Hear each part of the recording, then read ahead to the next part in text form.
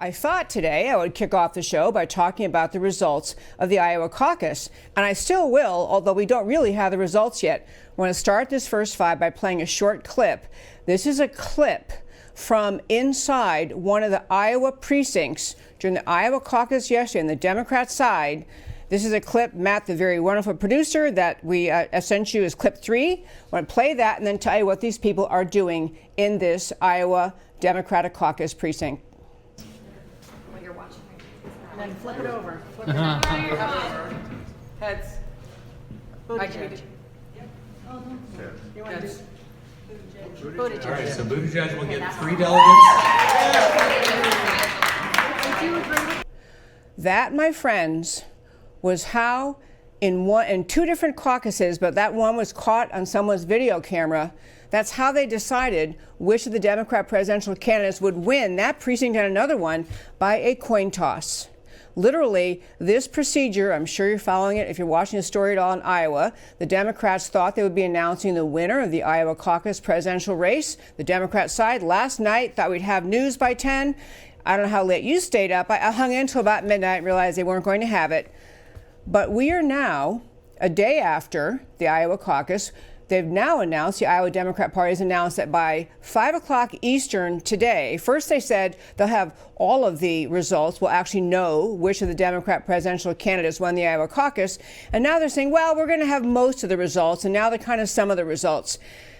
And I'm going to go through why this matters so much. But in a nutshell, these people could not conduct an election in Iowa and give America the answer that these campaigns have been waiting for months. They've been picturing the headlines the day after the Iowa caucus, whatever it is, 5 out of 7 times recently in recent presidential elections, the winner on the Democrat side who wins the Iowa caucus wins the Democrat nomination.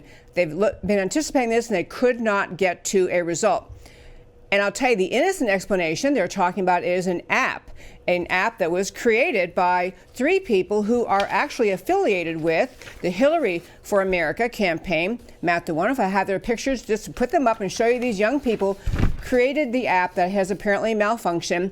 These are Gerard Niamira on the left, product manager Anna Rao in the middle, and COO James Hickey on the right. All of them work for Hillary for America. All of them together created the app that apparently collapsed and didn't function properly, causing the Democrat Party of Iowa to have to say, on second thought, we're going to have to be recounting. We're looking at some irregularities. We're figuring this out. But I want to plant a little bit different take on it, or a little bit different concern I have.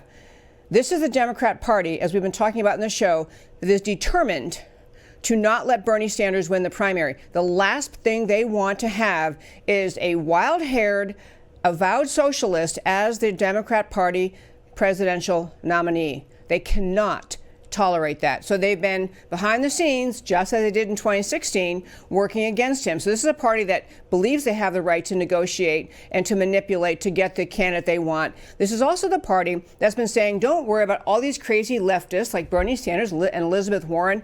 Joe Biden, man, he's front and center, Main Street guy, all American. He's your safe bet. And they're in polls showing that Joe Biden was really doing well, that he might actually be the nominee, and some polls trying to claim he could beat President Trump. If the real results were last night, as they were predicted in most of the recent polls leading up to the caucus day, if the results really were that Sanders won, that Bernie Sanders came in first, and that Joe Biden came in something like 4th, which was very in the realm of possible, this is very much upsetting the apple cart of the Democrat Party that believes they have the right to control the outcome. Heaven forbid the voters have the right to do that. 2 last things about the Iowa caucus and wrapping up the first 5. One is Judicial Watch has now placed Iowa on notice that they will file a lawsuit if they in Iowa do not clean up their voter rolls. In Iowa, according to the Judicial Watch, there are 8 Iowa counties that have a total registration rate, total voter registered, larger than the number of eligible voters in the population in those counties. They have more people registered than live in the counties who are of voting age. Estimate by Judicial Watch, they have at least 18,000 people, extra names on the Iowa voting rolls.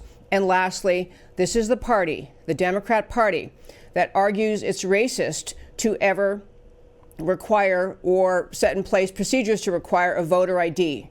This is the party that argues that there's somehow a nefarious, malicious intent on the part of anyone who says maybe we should clean up the voter rolls and remove people who are deceased or who no longer live in the county. Maybe we should try to have more accurate voter rolls. This is the party that tries to, in the lower levels of elections, tries to include people, give them the right to the vote, who are not even citizens.